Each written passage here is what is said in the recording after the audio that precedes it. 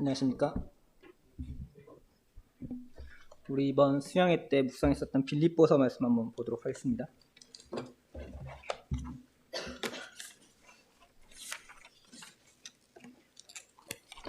빌립보서 3장 10절부터 11절.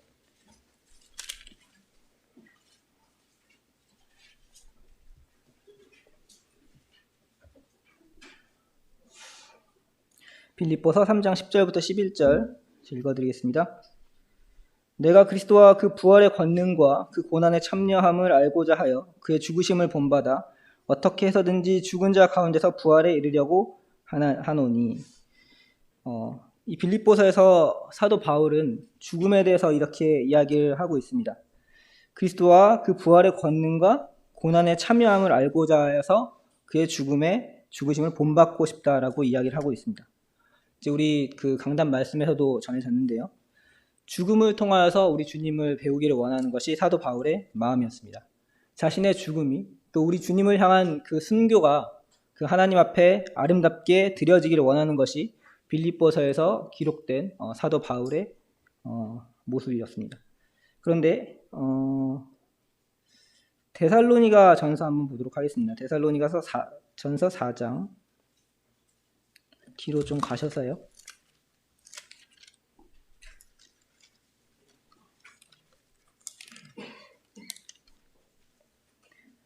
4장 15절.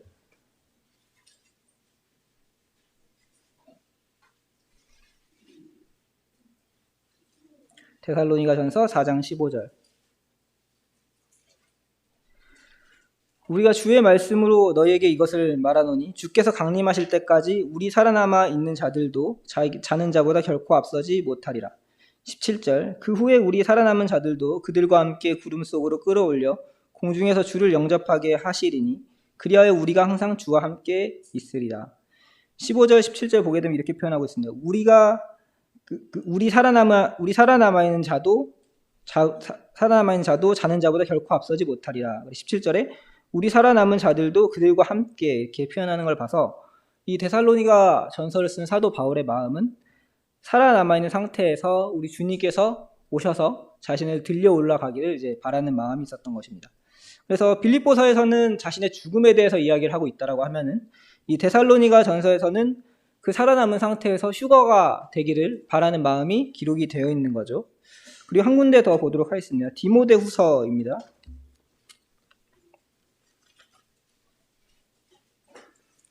디모데후서 4장 7절.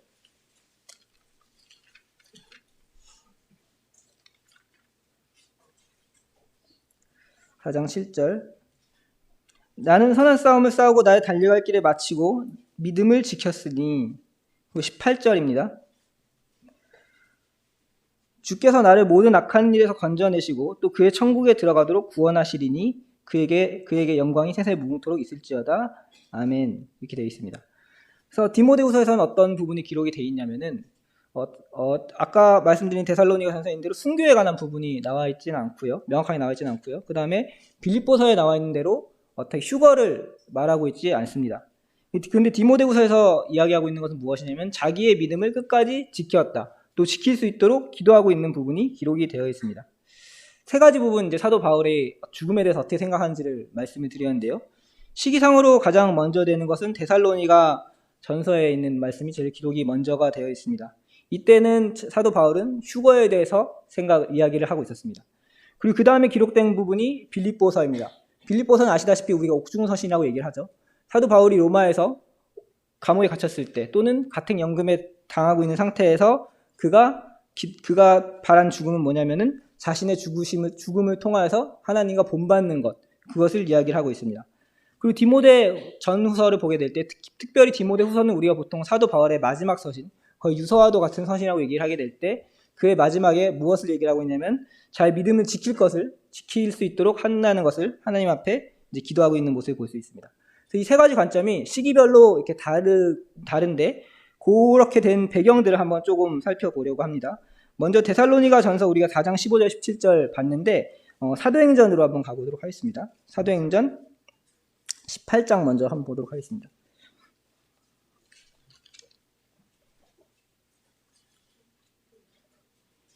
사도행전 18장 11절. 이게 이제 데살로니가 전후서를 작성한 시기가 되는데요. 1년 6개월을 머물며 그들 가운데 하나님 말씀을 가르치니라. 여기가 어디냐면 18장 1절에 보게 되면 고린도에 있습니다. 그래서 사도 바울이 고린도에 2차 전도 여행 때 고린도에 머물면서 1년 6개월을 이제 고린도에 있었는데, 그때 이 데살로니가 전서를 써서 이제 보내게 됩니다. 고린도 교회에서 이제 데살로니가 교회에 보내게 되는 거죠. 근데 이때의 상황을 보도록 하겠습니다. 이때 상황은 어떤 때냐면은 결국 2차 전도 여행이 있었을 때 상황이거든요. 앞에 조금 가셔서 17장입니다. 17장 1절부터 3절. 사도행전을 쭉 보겠습니다. 어떤 뭐 강해를 하고 뭐 이런 부분이 아니라 그냥 흐름과 배경을 쭉 말씀을 드리려고 합니다. 1절. 그들이 암비볼리와 아볼로니아로 다녀가 데살로니가 이르니 거기 유대인의 회당이 있는지라. 바울이 자기의 관례대로 그들에게로 들어가서 새 안식일에 성경을 가지고 강론하며 뜻을 풀어 그리스도가 해를 받고 죽은 자 가운데서 다시 살아나야 할 것을 증언하고 이르되 내가 너희에게 전하는 이 예수가 곧 그리스도라 하니. 그래서 데살로니가에 가서 이제 복음을 전하게 됩니다. 그들에게 전할 때 어떤 복음을 전하냐면은 우리 주님께서 해를 받고 다시 살아나셨다, 부활에 관한 복음을 이때부터 이제 전했던 것을 볼 수 있습니다. 우리가 데살로니가 전서랑 후서를 보게 되면 주제가 이제 우리의 부활이지 않습니까? 그들에게 복음을 전할 때도 그리스도에 대한 부활에 대해서 복음을 전했는데요. 근데 그와 같은 복음을 전했을 때 4절을 보게 되면 이렇게 됩니다. 그 중에 어떤 사람 곧 경건한 헬라인과 큰 무리와 적지 않은 기부인도 권한을 받고 바울과 실라를 따르나.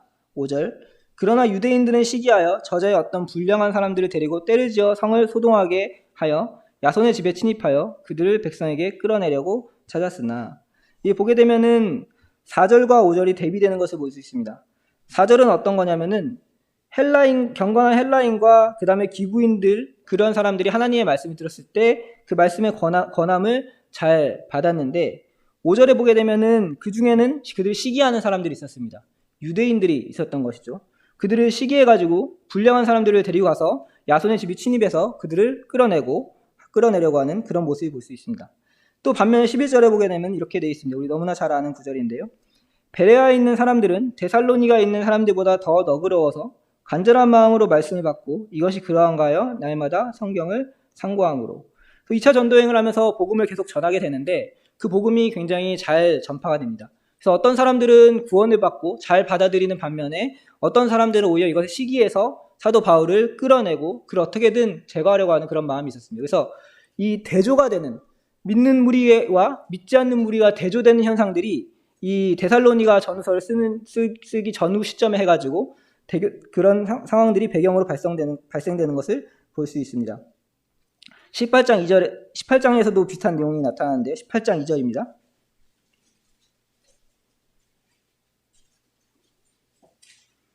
(18장 2절과 5절에) 보게 되면은 이제 또 그를 동역하는 무리들이 나타나게 됩니다. 2절에 아굴라라고 하는 본도에서 난 유대인 한 사람을 만나니 글라우디오가 모든 유대인을 명하여 로마에서 떠나라 한 고로 그가 그의 아내 브리스길라와 함께 이달리아로부터 새로운지라. 바울이 그들에게 가매. 브리스길라와 아굴라가 나타나게 되고요. 5절에 실라와 디모데가 마게도냐로부터 내려오매 바울이 하나님의 말씀에 붙잡혀 유대인들에게는 예수를 그리스도라 밝히 증언하니.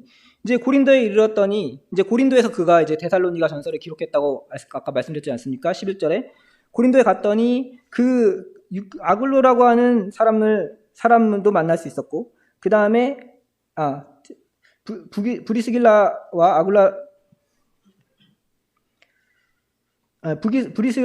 아굴라를 만날 수 있었고, 그 다음에 5절에 보게 되면 실라와 디모데가 합류함을 통해서 동역하는 사람들이 고린도에 모이는 현상이 나타납니다.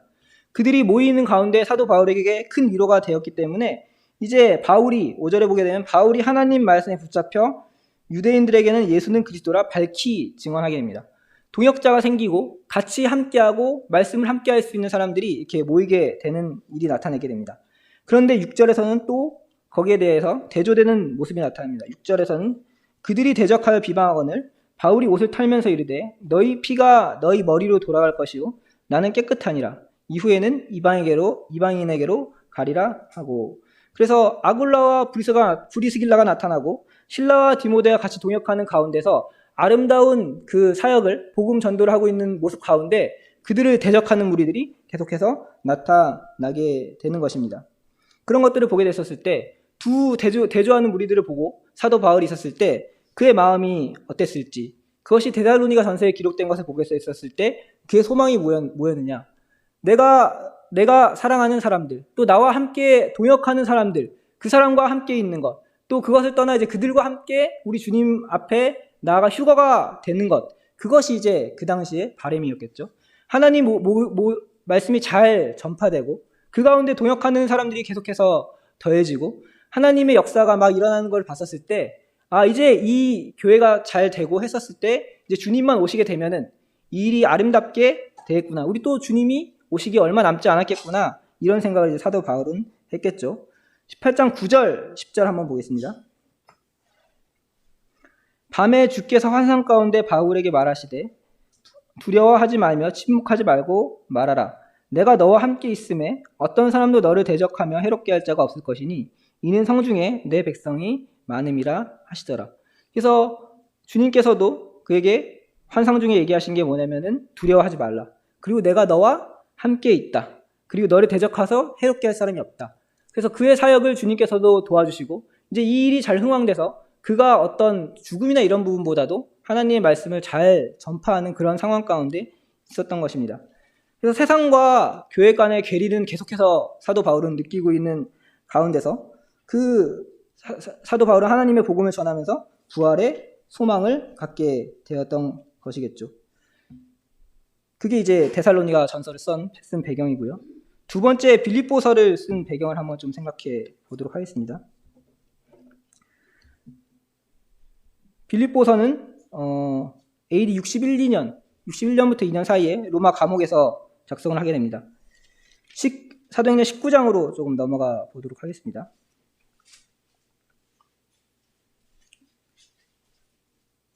(19장) 20절입니다.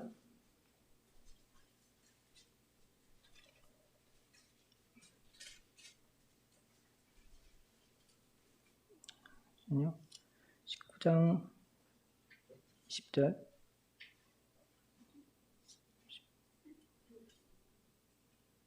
23절 읽겠습니다. 20절 죄송합니다. 20절부터 읽겠습니다. 이와 같이 주의 말씀이 힘이 있어 흥왕하여 세력을 얻으니라. 이제 19장 8절에 보게 되면 처음엔 유대인의 회당에 들어가서 3개월 동안 하나님의 말씀을 전하게 됩니다.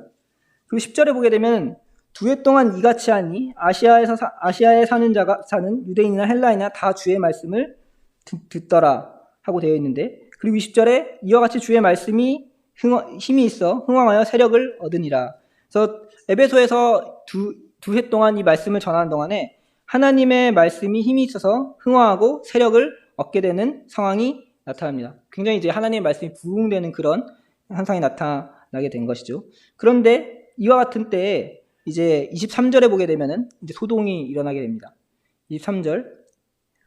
그때쯤 되어 이 도로 말미암아 적지 않은 소동이 있었으니 즉 데메드리오라고 하는 어떤 응장색이 은으로 아데미의 신상 모양을 만들어 직공들에게 적지 않은 벌이를 하게 하더니 그가 직공들과 그러한 영업하는 자들을 모아 이르되 여러분도 알거니와 우리의 풍족한 생활이 이 생업에 있는데 26절 바울이 에베소뿐 아니라 거의 전 아시아를 통하여 수많은 사람을 권유하여 말하되 사람의 손으로 만든 것들은 신이 아니라 하니 이는 그대들도 보고 들은 것이라. 우리의 이 영업이 천하여질 위협이 있을 뿐 아니라 큰 여신 아데미의 신전도 무시당하게 되고 온 아시아와 천하가 위하는 그의 위엄도 떨어질까 하노라. 그리고 28절입니다. 그들이 이 말을 듣고 분노가 가득하여 외쳐 이르되 크다 에베소 사람의 아데미야 하니 온 시내가 요란하여 바울과 같이 다니는 마게도냐 사람 가이오와 아리스다고를 붙들어 일제히 영극장으로 달려 들어가는지라. 주의 말씀이 흥왕하였습니다. 굉장히 말씀이 많이 퍼지고 있는 가운데 어떤 문제가 생기냐면은 이제 우상을 만들어 파는 사람들이 자신의 생업의 위태함을, 또 자신들이 신이라고 믿고 있는 아데미, 그러니까 아르테미스죠. 미의 여신이 이제 그 힘이 줄어들 것 같은 그런 마음이 드니까 이제 그들이 폭동을 일으키게 됩니다. 그리고 에베소의 아데미어 하면서 그들이 외쳐서 여기 보게 되면 일제히 연극장으로 달려 들어가는 그와 같은 일이 벌어지게 됩니다. 이때 사도 바울은 어떠한 일을 생각해 보게 되었을까요? 사도 바울은 우리 주님이 십자가에 달리실 때 이제 우리 사람들이 모여서 이제 우리 주님을 십자가에 못 박아야 하겠다라고 소리치는 그때 그들이 모여가지고 소리쳤을 때 우리 주님이 결국은 십자가에 달려가서 죽으신 그것들을 우리 바울은 생각하지 아니하였을까요? 마태복음 27장에 그런 내용이 있거든요. 한번 잠깐 보겠습니다. 마태복음 27장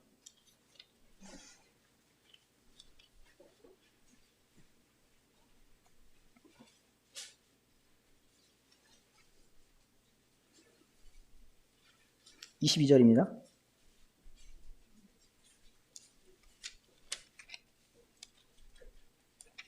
21절부터 한번 볼까요?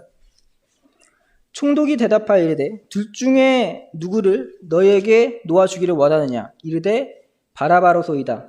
22절 빌라도가 이르되 그러면 그리스도라 하는 예수를 내가 어떻게 하랴? 그들이 다 이르되 십자가에 못 박혀야 하겠나이다. 23절 빌라도가 이르되 어찌미냐? 무슨 악한 일을 하였느냐? 그들이 더욱 소리질러 이르되 십자가에 못 박혀야 하겠나이다 하는지라.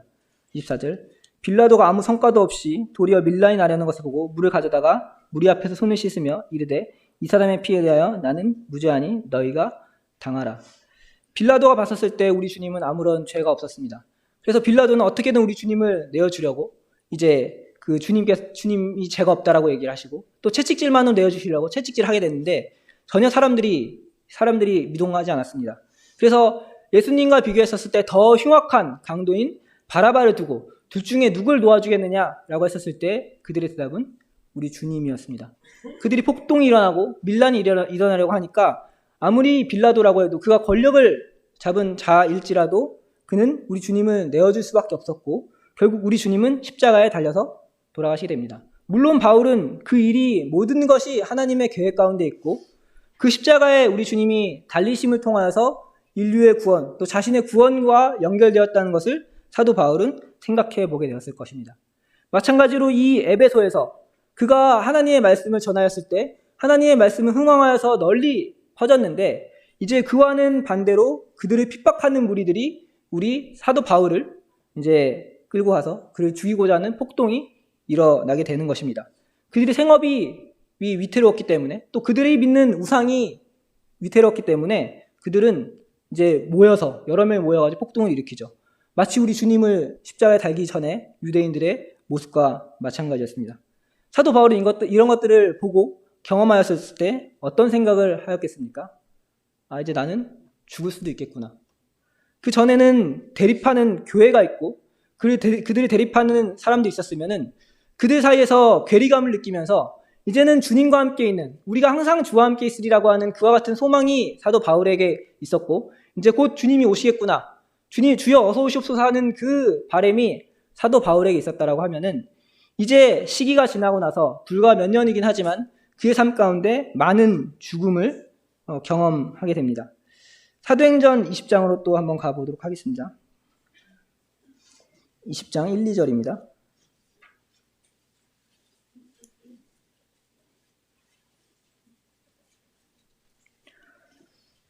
소요가 그침에 바울은 제자들을 불러 권한 후에 작별하고 마게도냐로 가니라. 그 지방으로 다녀가며 여러 말로 제자들을 권하고 헬라에 이르러. 그래서 이제 다시 마게도냐 지방으로 그가 갔었을 때 이 시점에 그는 고린도 후서를 기록하게 됩니다. 고린도 전서랑 후서에 좀 기록 시기가 차이가 있죠. 그가 이 마게도냐로 갔었을 때 이때 고린도 후서를 기록하는데요. 고린도 후서에 있는 사도 바울의 고백을 한번 보도록 하겠습니다. 고린도 후서 1장 9절입니다.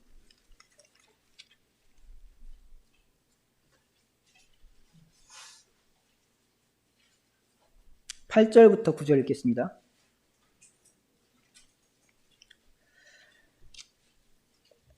형제들아 우리가 아시아에서 당한 환난을 너희가 모르기를 원하지 아니하노니 힘에 겹도록 심한 고난을 당하여 살 소망까지 끊어지고 우리는 우리 자신이 사형 선고를 받은 줄 알았으니 이는 우리로 자기를 의지하지 말고 오직 죽은 자를 살리시는 하나님만 의지하게 하려 하심이라. 아까 전에 그 데살로니가 전서를 기록했었던 분위기랑은 사뭇 다르게 되죠. 그가 어떻게든 살아있는 가운데 우리 주님과 함께 올라가겠다라고 하는 그거랑 달리 이제 그가 살아있는 그 순간순간이 이제 죽음이었던 것입니다. 환난을 당해서 이제 아무런 살 소망도 없는 그런 상황 가운데 처해지고 이제 마치 사형 선고를 받은 것처럼 죄수가 사형 선고를 받으면은 그가 죽을 날만 기다리고 있지 않습니까? 이제 그가 죽을 수밖에 없는 그런 상황 가운데 처한 줄 알았는데 그것을 하나님께서 다시 살리셨다. 쉽게 얘기해서 그의 생활 하나하나가 죽음 가운데서 계속 왔다 갔다 하고 있었던 그러한 삶이었던 것이죠. 고린도서 4장에서도 비슷한 기록이 나와 있습니다. 4장 10절입니다.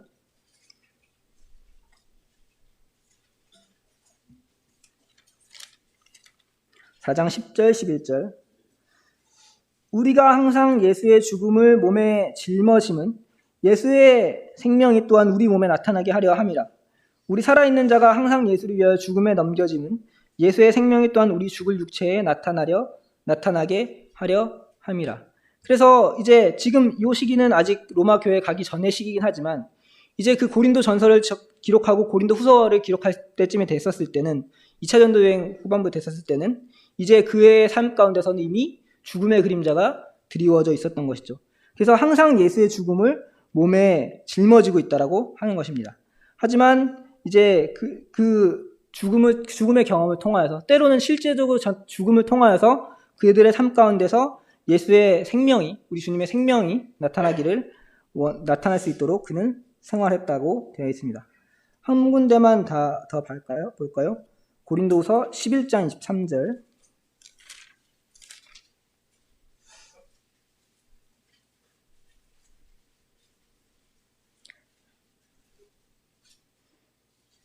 23절부터 27절까지는 사도 바울이 어떤 고난을 받았는지를 기록하고 있습니다.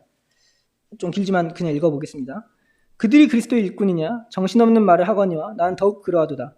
내가 수고에 넘치도록 하고 옥에 갇히기도 더 많이 하고 매도 수도 없이 맞고 여러 번 죽을 뻔하였으니 유대인들에게 40에서 하나 감한면을 5번 맞았으며 3번 태장을 맞고 1번 돌로 맞고 3번 파선하고 일주일에 깊은 바다에서 지냈으며 여러 번을 여행하면서 강의 위험과 강도의 위험과 동족의 위험과 이방인의 위험과 시내의 위험과 광야의 위험과 바다의 위험과 거짓 형제 중의 위험을 당하고 또 수고하며 애쓰고 여러 번 자지 못하고 줄이며 목마르고 여러 번 굶고 춥고 헐벗었노라. 이제 그의 삶 가운데서 그가 얼마나 많은 고난을 당했는지 여러 번 죽을 뻔하였지만 여전히 살아있는 자신을 이제 돌아보게 될 때 이제 언젠가는 내가 정말 죽을 수도 있겠구나. 하지만 나의 죽음을 통하여서 나는 그리스도를 더 알기를 원한다 라고 하는 것이 이제 빌립보서에 있는 기록이라고 볼 수 있습니다.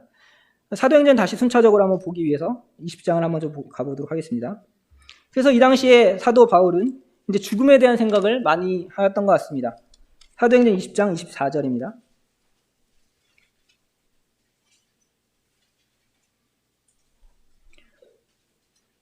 내가 달려갈 길과 20장 24절 사도행전 내가 달려갈 길과 주 예수께 받은 사명 곧 하나님의 은혜의 복음을 증언하는 일을 마치려 하면은 나의 생명조차 조금도 귀한 것으로 여기지 아니하노라.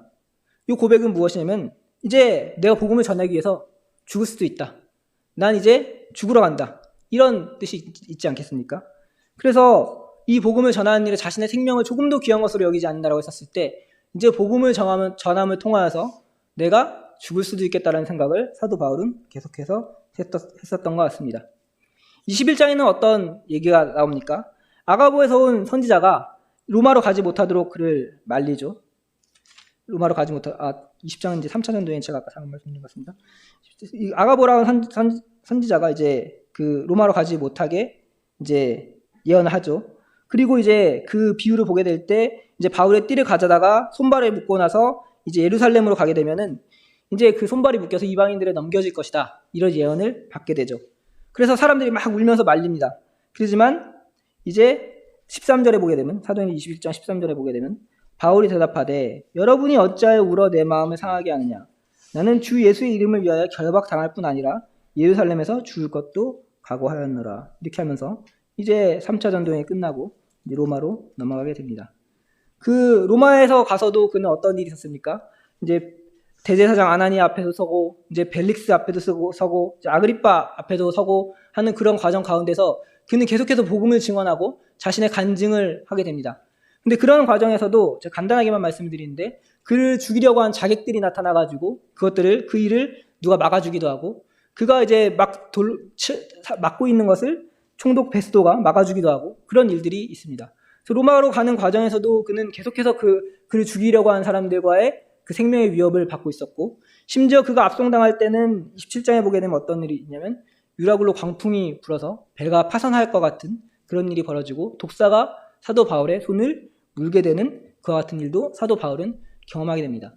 그리고 나서 이제 그가 로마 감옥에 이렇게 갇히게 되는 것이죠. 그런 것들을 보게 됐었을 때 과거에는 복음을 전하면은 그것을 거부하는 사람들이 많이 있었다라고 하면은 이제 이 사도행전 그 2차 전도여행 후반부랑 3차 전도여행 그다음에 로마 여행을 하는 동안에 이제 그들을 직접적으로 핍박하는 사람들이 점차 늘어났다는 것입니다. 언제 죽어도 이상하지 않을 그런 환경 가운데 있을 때 사도 바울의 고백이 아까와 같이 이제 그가 죽음을 통해서 우리 주님을 더 배우기를 원한다라고 하는 그와 같은 고백을 한 것을 볼 수 있죠. 이제 세 번째입니다.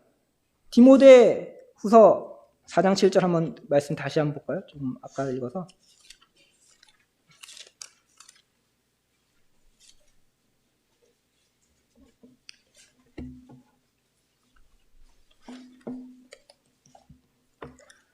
나는 선한 싸움을 싸우고 나의 달려갈 길을 마치고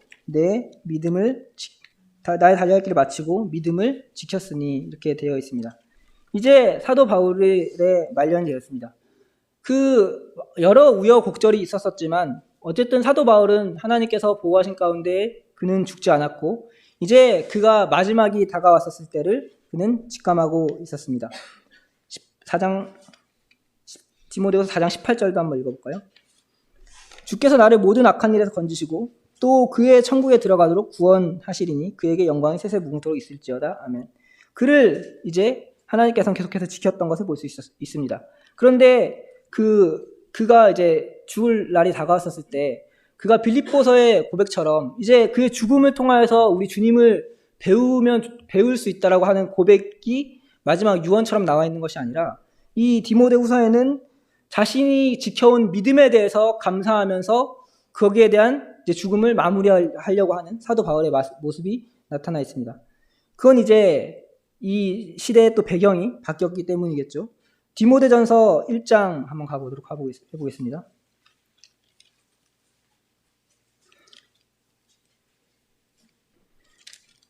이제 디모데전서가 쓰여질 시기는 이제 AD 62년, 64년 이렇게 해가지고 아까 그 빌립보서가 쓰여진 시기보다 또한 1, 2년 뒤의 일인데요. 1장 3절 4절에 보게 되면 이렇게 되어 있습니다. 내가 마게도냐로 갈 때 너를 권하여 에베소에 머물라 한 것은 어떤 사람을 명하여 다른 교훈을 가르치지 말며 신화와 끝없는 족보에 몰두하지 말게 하려 함이라. 이런 것은 믿음 안에 있는 하나님의 경륜의 이름보다 도리어 변론을 나타내는 것이라. 19절 20절입니다.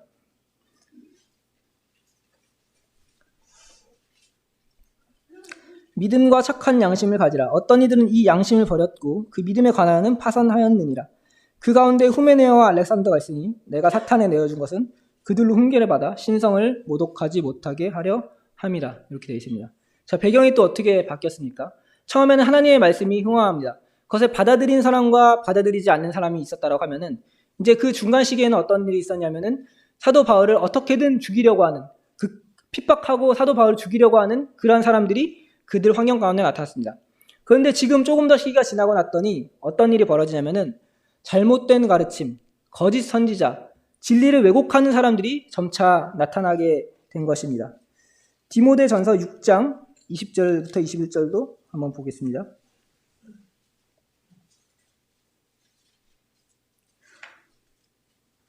디모데야, 망령되고 헛된 말과 거짓된 지식의 반론을 피함으로 내게 부탁한 것을 지키라.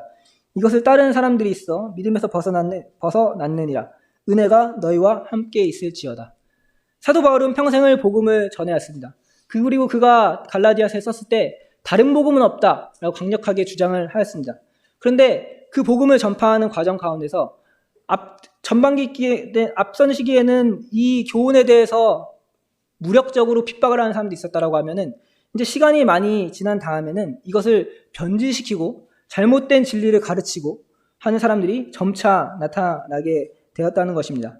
그런 것을 봤었을 때 사도 바울은 이제 그가 죽기 전까지 그의 믿음을 지키신 하나님, 그리고 이제 그가 달려갈 길을 다 마치고 이제 죽음에 이를 때까지 선한 싸움을 싸우고 나의 달려갈 길을 마치고 믿음을 지켰다라고 하는 그의 고백이 그 입술로 나오게 되는 것입니다.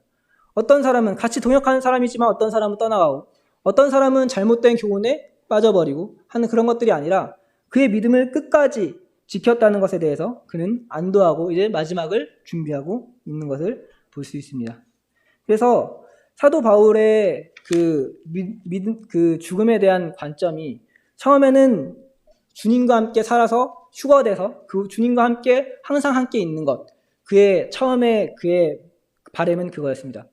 두 번째 그의 바램은 뭐였냐면은 이제 그의 죽음을 통하여서 우리 주님을 더욱더 알아가는 것, 깨달아가는 것, 그것이 이제 두 번째 그의 죽음에 대한 소망이었습니다.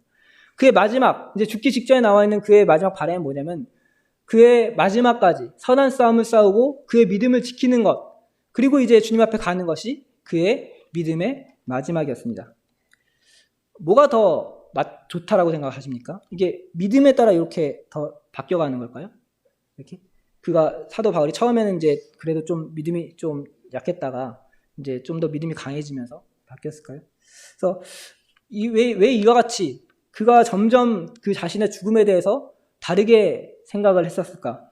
어떤 것이 정말 우리에게 있어서 그 좋은 우리가 참 바라야 하는 죽음의 모습일까라는 부분을 좀 생각해 보았는데 제가 가진 결론은 세 가지가 다 정답이라고 생각을 했습니다.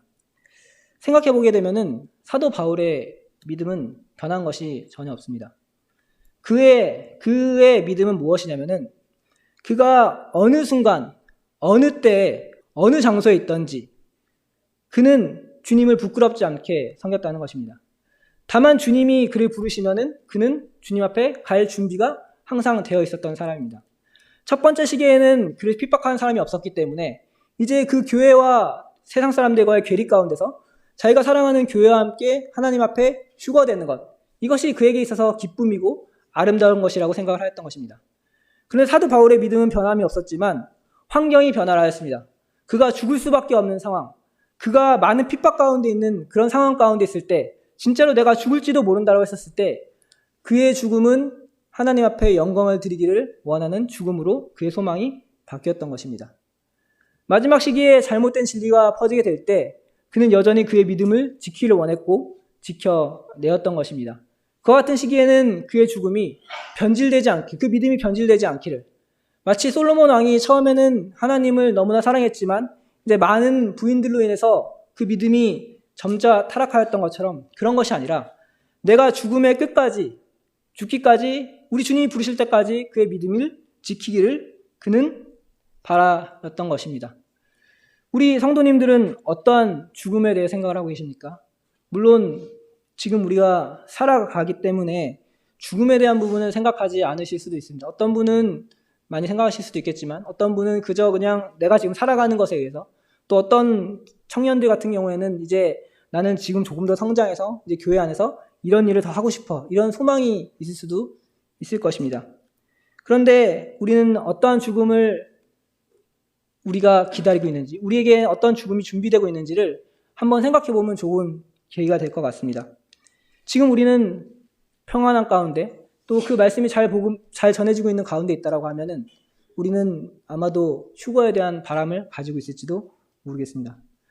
어떤 분은 선교지에서 목숨을 걸고 주님의 복음을 전한다고 하면은 그분들은 아마 내 죽음이 우리 주 예수 그리스도를 배우는 그런 계기가 되기를 바라면서 복음을 전하는 분들이 있을 수도 있겠죠.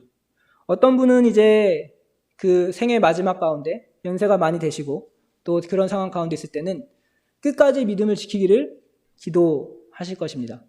근데 그 어떤 죽음의 모습도 기대하는 죽음의 바램도 그것은 부족한 것이 아닙니다.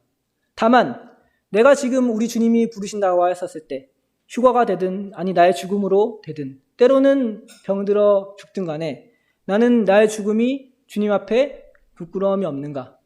나의 죽음이 하나님 앞에 유익이 되는가? 그 죽음이 하나님이 보시기에 만족할 만한 죽음인가? 이런 부분을 생각해 보게 되는 것입니다. 사도 요한도 죽음 가운데 마지막에 이렇게 이제 그 계시록을 쓰면서 마지막에 얘기를 하는 말씀 너무나 유명한 구절 있죠? 계시록 한번 볼까요? 요한계시록 22장